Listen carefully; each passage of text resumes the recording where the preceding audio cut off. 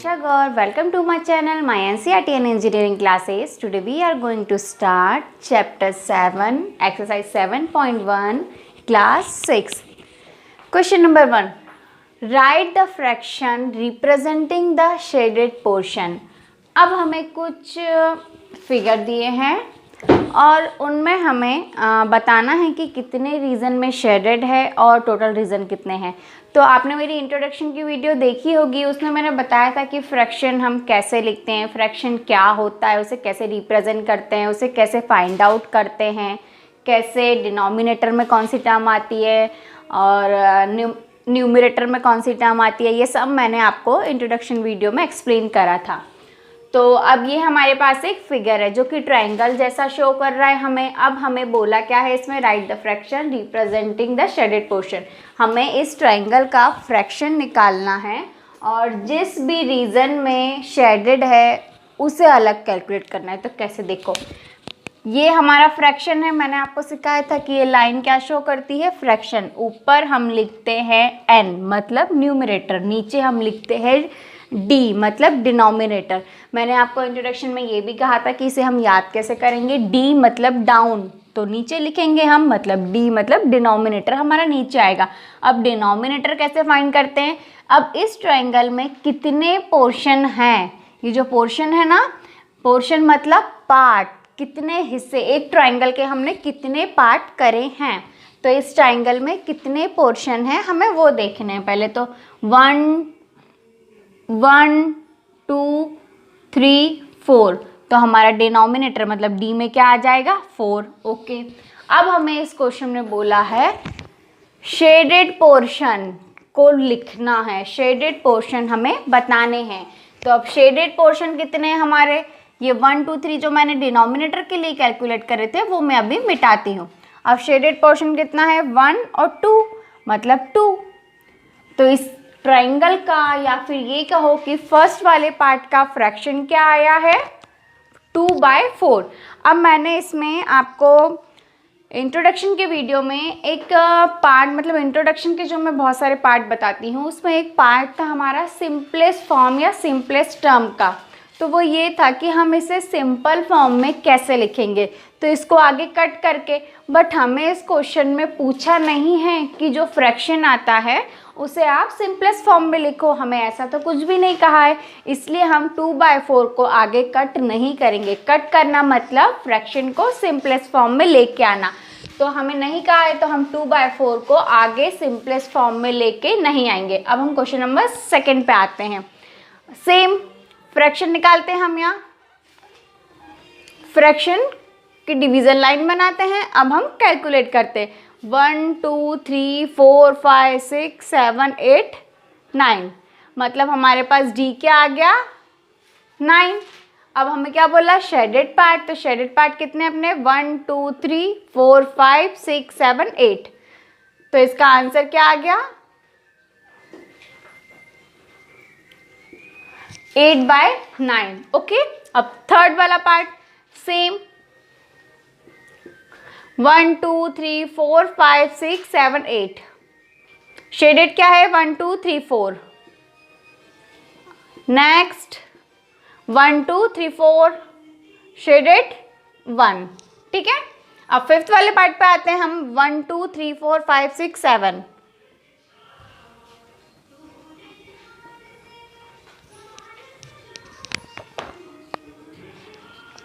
Shaded part कितने हैं हमारे, 1 2 3, 3/7।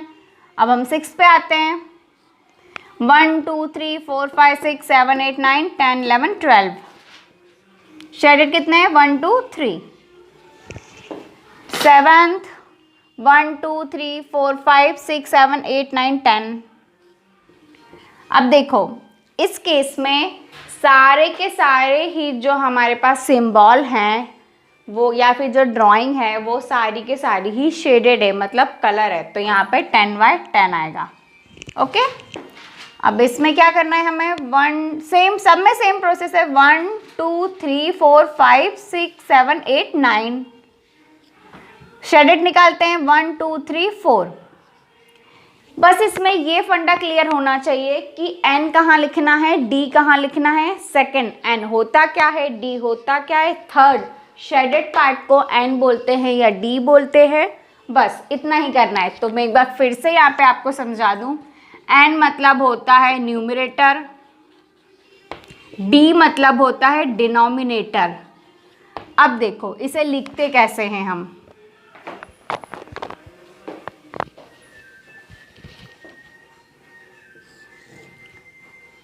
n/d। अब हम इसे याद कैसे रखें कि इसे ऐसे कैसे हम याद रख लें। जो d है उसका मतलब होता है डाउन। बस d से सिंबल मैंने बताया है, तो डाउन मतलब नीचे, मतलब d को हमें नीचे लिखना है। ठीक है, तो ये भी हम याद कर लेंगे। ये हो गए फर्स्ट, ये हो गए सेकंड। n होते क्या हैं, n को कहाँ लिखना है, d को कहाँ लिखना है, वो भी मैंने बता दिया। अब थर्ड चीज हमें इसमें क्या याद रखनी है कि शेडेड पार्ट को क्या बोलते हैं। शेड मतलब जिस पे कलर है, तो उसे बोलते हैं हम n। और d मतलब कि एक जो हमारे पास जैसे ट्राइंगल है, तो उसमें कितने पार्ट, ट्राइंगल में कितने पार्ट में हमने डिवाइड किया। d का मतलब होता है जो भी हमारे पास फिगर है उसको कितने पार्ट में हमने डिवाइड किया है। ठीक है, बस 3 चीजें याद रखना। ये क्वेश्चन बहुत इजी है। कहाँ तक हो गए थे हमारे, क्वेश्चन नंबर 8 तक। अब हम आते हैं 9th पे। सेम फ्रैक्शन की हमने लाइन बनाई। अब हम सबसे पहले क्या लिखेंगे, d को लिखेंगे। d कैसे कैलकुलेट करते हैं, 1 2 3 4 5 6 7 एंड 8। d हमारा फिल हो गया 8। अब इसके बाद हमें शेडेड पोर्शन लिखना है 1 2 3 एंड 4, 4/8। अब 10 पे आते हैं हम। हमारे फ्रैक्शन की लाइन कर दी, अब पहले हम d फिल करेंगे। अच्छा देखो, इस केस में क्या लग रहा है आपको कि 1 2 3 4 5 6 7 8, क्या d 8 होगा? नहीं, ऐसा नहीं है। इसमें ये जो लाइन दिख रही है ना, ये लाइन के इधर एक पोर्शन है और लाइन के उस तरफ दूसरा पोर्शन है। मतलब यहाँ पे हमारा d कितने हैं, सिर्फ 2 हैं, एक ये वाला पार्ट और एक ये पार्ट। ठीक है, अब इसको, अब बस ये लाइन है इसमें इसलिए, बाकी कोई और अगर ये लाइन नहीं होती तो हम ये सब काउंट करते और फिर d लिखते। अब हमारे पास शेडेड n मतलब शेडेड पोर्शन, तो शेडेड पोर्शन कितना है, ये पूरा एक ही है ये, तो ये 1। ठीक है, तो हमारा क्वेश्चन नंबर 1 यहीं पे ख़त्म होता है। बहुत इजी है। फिर भी अगर आपको लगता है कि कुछ आपसे मिस्टेक हो रही है, नहीं बन रहा है, तो आप कमेंट करना, मैं फिर से एक्सप्लेन कर दूंगी। बस इसमें ये 3 चीज़ें मेन हैं। n और d होता क्या है, n को कहाँ लिखते हैं, d को कहाँ लिखते हैं, d को कैसे याद करना बताया मैंने। d मतलब डाउन, मतलब नीचे लिखते हैं, तो ऑब्वियसली d नीचे लिखेंगे तो n उसके ऊपर आएगा। फर्स्ट, सेकेंड और थर्ड कि ये शेडेड पोर्शन को क्या बोलते हैं, n, और d कैसे कैलकुलेट करते हैं। जो फिगर होता है, जो डायग्राम होता है, उसके कितने पार्ट हमने कट करे हैं, वो सारे पार्ट गिन के हम d लिखते हैं। Okay, come to the next question, question number 2।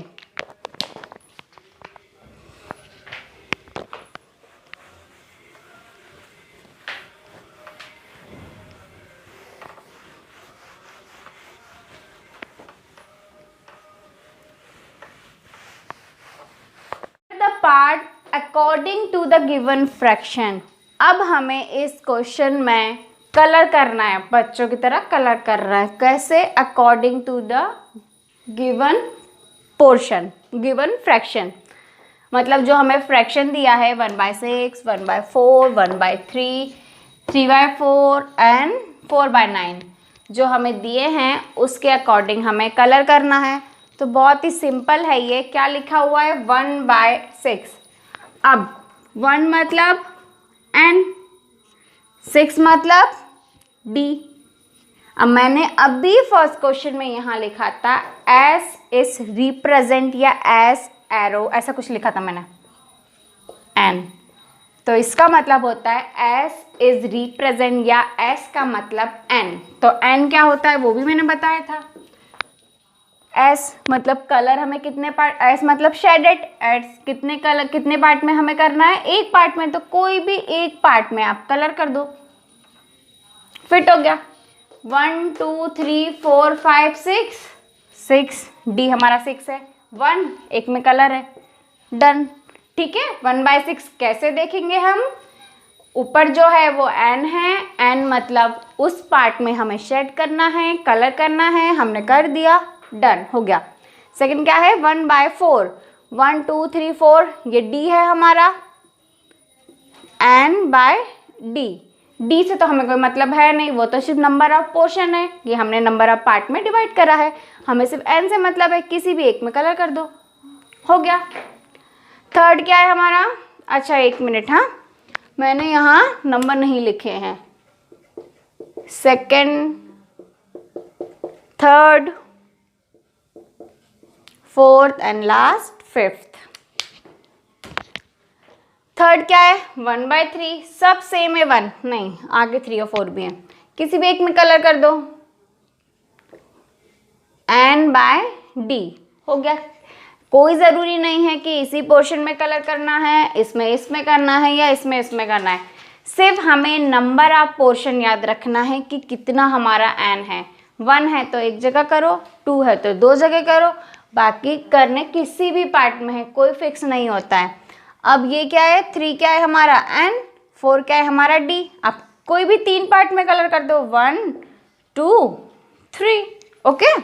अब लास्ट वाला हमारा क्या है, एन क्या है 4, डी क्या है 9, अब हमें कोई भी 4 पार्ट में करना है, 1 2 3 4, डन। क्वेश्चन नंबर सेकंड भी हमारा खत्म हो गया, इजी है। Now come to the question number, identify the error if any. अब इसका मतलब है कि अपने पास कुछ फिगर हैं, उन फिगर को देख के आइडेंटिफाई मतलब बताओ कि क्या इनमें कुछ एरर है या फिर इनमें क्या एरर है। तो जब मैंने आपको इंट्रोडक्शन का वीडियो बताया था, उसमें फ्रैक्शन बताया था कि एक मैंने एग्जांपल लिया था कि चपाती है, उसके हम कुछ पार्ट, जैसे हमें 1/4 पार्ट चाहिए, 1/2 पार्ट चाहिए, मतलब ऐसे कुछ कि हमारा है, तो इसमें हम इक्वली सारे पार्ट को डिवाइड करेंगे, सारे चारों पार्ट इक्वल हैं, अभी भी इक्वल हैं, अभी भी इक्वल हैं, तो मतलब फ्रैक्शन वो होता है कि हम किसी भी एक फिगर को, किसी भी एक डायग्राम को इक्वल पार्ट में डिवाइड करते हैं और फिर उसको फ्रैक्शन के टर्म में लिखते हैं, उसे हम बोलते हैं कि एक सही फ्रैक्शन है वो, मतलब मेन इसका कि एक डायग्राम को हम इक्वल पार्ट में कट करते हैं, तो उसे हम बोलते हैं फ्रैक्शन। अब देखो ये ट्रायंगल है हमारे पास, ठीक है, मान लिया हमने कि ये ट्रायंगल है, हमें दिख भी रहा है कि ट्रायंगल है, बट ये ट्रायंगल 2 पार्ट में डिवाइड है, ये भी हमने मान लिया कि ये हमारा 1 पार्ट है और ये हमारा 2 पार्ट है, ठीक है। बट ये क्या दोनों पार्ट, अभी मैंने बोला कि इक्वल पार्ट में डिवाइड होना चाहिए, क्या ये दोनों पार्ट इक्वल हैं? नहीं, ऑब्वियसली ये जो शेड करा हुआ रीजन है ये ज़्यादा है जो बिना शेड करे हुए रीजन से, मतलब जो सेकेंड वाला पार्ट हमने लिखा है ये सेकेंड पार्ट ज़्यादा है फर्स्ट पार्ट के। तो क्या पूछा है हमसे, दिस इज़ 1/2, क्या ये 1/2 है, मतलब आधा आधा डिवाइड है? नहीं, आधा आधा डिवाइड है ही नहीं, ये पार्ट ग्रेटर है इस पार्ट से, तो नो।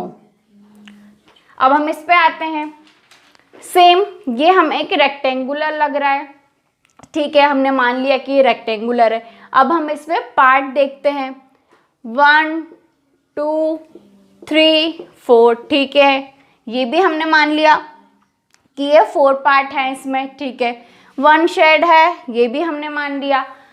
बट हमें इसमें बोला है कि एरर निकालो कि क्या एरर है, तो इसमें सबसे बड़ी एरर ये है कि ये सारे चारों पार्ट जो हैं ये इक्वल डिवाइड नहीं है।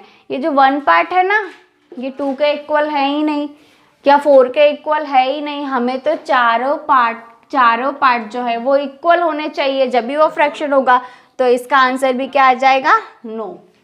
थर्ड वाले पे चलते हैं, एक सर्कल है, ओके मान लिया, इसमें 4 पार्ट हैं, 1 2 3 एंड 4, ये भी हमने मान लिया। थर्ड क्या है हमारा कि ये थर्ड क्या है हमारा, शेडेड रीजन। 1 2 3 ये भी हमने मान लिया। बट क्या ये चारों पार्ट इक्वल हैं? नो।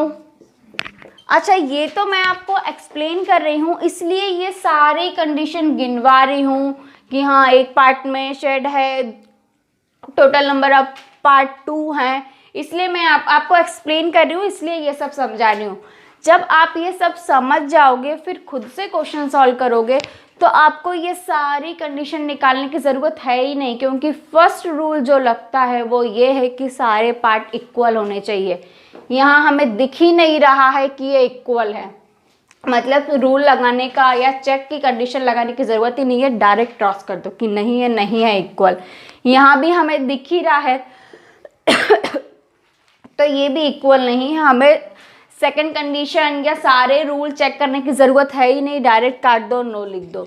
ऐसे गंदा काम नहीं कर रहा है, काटना नहीं है, मैं सिर्फ आपको एक्सप्लेन कर रही हूँ। जो मैंने पहले आपको बताया था ना, नो लिखना है, वैसे साफ सुथरा लिखना है, ये गंदे तरीके से कट नहीं करना है। इसमें भी हमें दिख रहा है कि ये चारों पार्ट इक्वल नहीं है, ये भी नहीं है, नो लिख दो। मैं फिर से रिपीट कर रही हूँ, ये ऐसे गंदी तरीके से कट मत लगाना। जो थोड़ा सा मेरा वीडियो बैक करना, बहुत अच्छे से मैंने लिखा था और यहाँ नो लिखा था, डायग्राम भी मेरा अच्छे तरीके से बना हुआ था, तो ऐसा गंदे तरीके से कट मत करना कॉपी में।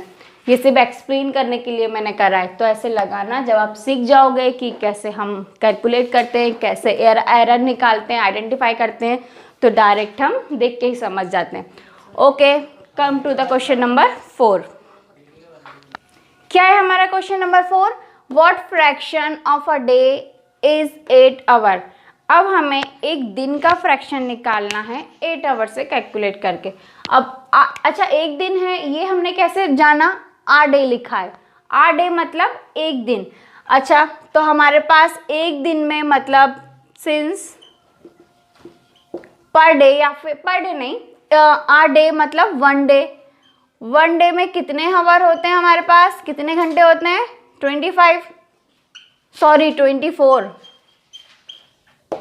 24 आवर्स होते हैं। तो अब हमें बोला है what fraction of a day is 8 hour. हमें 8 आवर का निकालना है, तो रिक्वायर्ड आवर कितने हमारे पास? 8।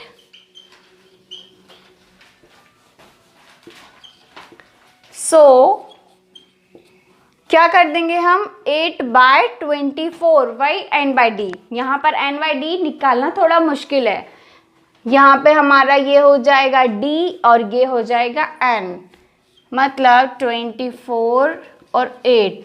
इसे हम बोलेंगे कैसे? 8/24।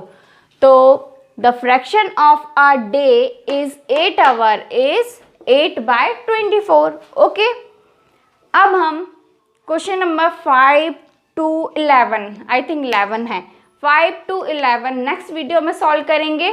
अगर आपको मेरी वीडियो पसंद आती है तो please like it, share it and subscribe it. और अगर कुछ डाउट लगता है तो प्लीज़ आप कमेंट करिए, मैं आपको उसका फिर से सोल्यूशन दे दूँगी। Thank you.